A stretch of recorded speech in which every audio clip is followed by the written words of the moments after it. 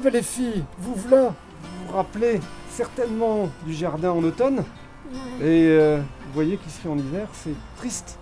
Hein, ça ressemble plus à grand chose. Non. Parce que là, on n'a vraiment plus rien du tout dans le jardin. Sauf une petite exception qu'on verra tout à l'heure. Vous voyez que ici, on marche sur la terre, et pas que sur la terre, il y avait toutes des plantations, c'était tout vert, c'est mon engrais vert. C'est-à-dire que c'est une plante qui aide à capter l'azote notamment, qui est nécessaire donc pour la croissance des plantes, etc. Et ici, avec l'hiver, le gel, tout est comme mort. Mais en fait, même si c'est mort, ça va nous servir. Au printemps, donc, on va retourner tout ça dans la terre et ça va donner un petit peu d'humus et un petit peu de force à ma terre. Donc c'est très utile, même si aujourd'hui ça paraît vraiment mort.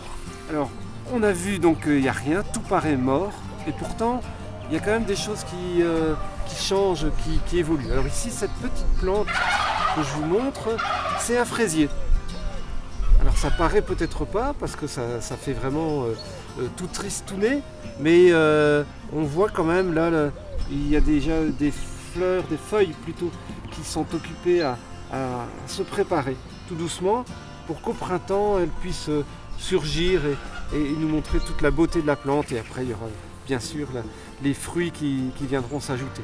Au milieu de tout ça, il y a de l'herbe qu'on appelle parfois de la mauvaise herbe, parce que je n'ai pas demandé qu'elle pousse là, d'accord ? Mais on va juste au printemps aussi l'enlever, la faire disparaître, et elle peut être retournée aussi dans ma terre.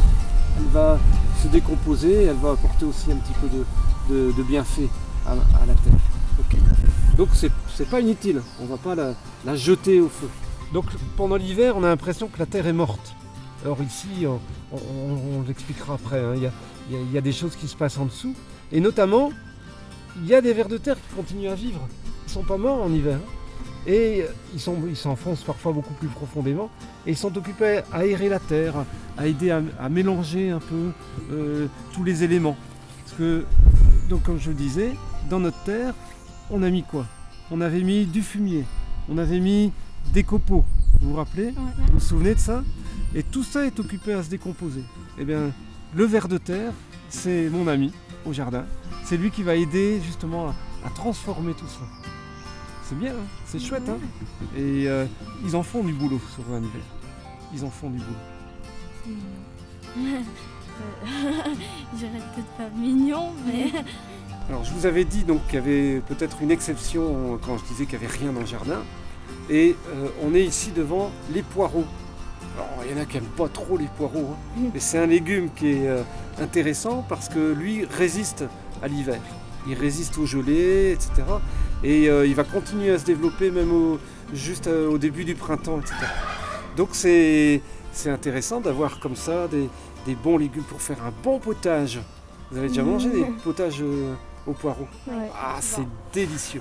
Ben voilà, donc à tout moment de l'année, le poireau on peut en manger. Parce qu'il y en existe aussi, on en reparlera un jour, il y en existe aussi pour l'été, des poireaux.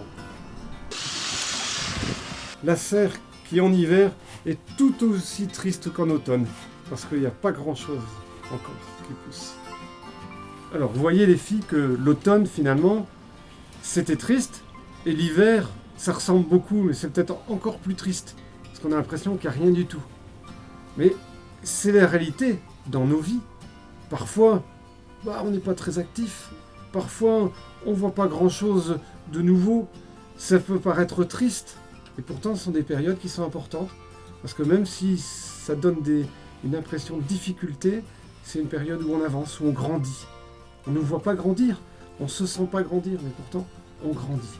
Et avec Dieu, c'est exactement la même chose.